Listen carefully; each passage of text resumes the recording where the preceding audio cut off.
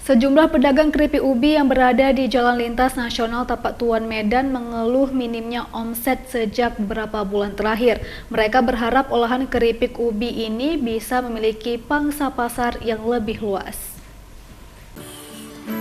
Sebagai daerah penghasil ubi kayu Desa Senebok, Kecamatan Pasir Raja, Kabupaten Aceh Selatan, kaya akan olahan keripik ubi. Puluhan warga desa setempat menjual cemilan keripik ubi mentah di Jalan Lintas Nasional Tapak Tuan Medan. Sebagian warga desa Senebok ini menggantungkan hidupnya dari berjualan keripik ubi, seperti Yusuf yang mengaku sejak beberapa bulan ini penjualannya jauh merosot akibat minimnya pembeli. Ia meminta pemerintah daerah memperhatikan usaha mereka dengan menyalurkan bantuan modal usaha agar para pedagang bisa bangkit untuk lebih maju. Selain itu, ia juga berharap supaya Pemkab Aceh Selatan membuat label sebagai hak paten sehingga bisa menembus pasar nasional. Kami kepingin gini Pak, kan kepingin usaha ubi ini supaya maju dan laris biar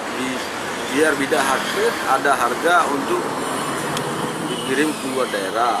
Dan pun kepingin kami usaha ini biar ada merek hak paten. Para pedagang menjual keripik ubi mulai dari Rp10.000 hingga Rp30.000 per bungkusnya. Dari Kabupaten Aceh Selatan, Idar Ivan, iNews melaporkan.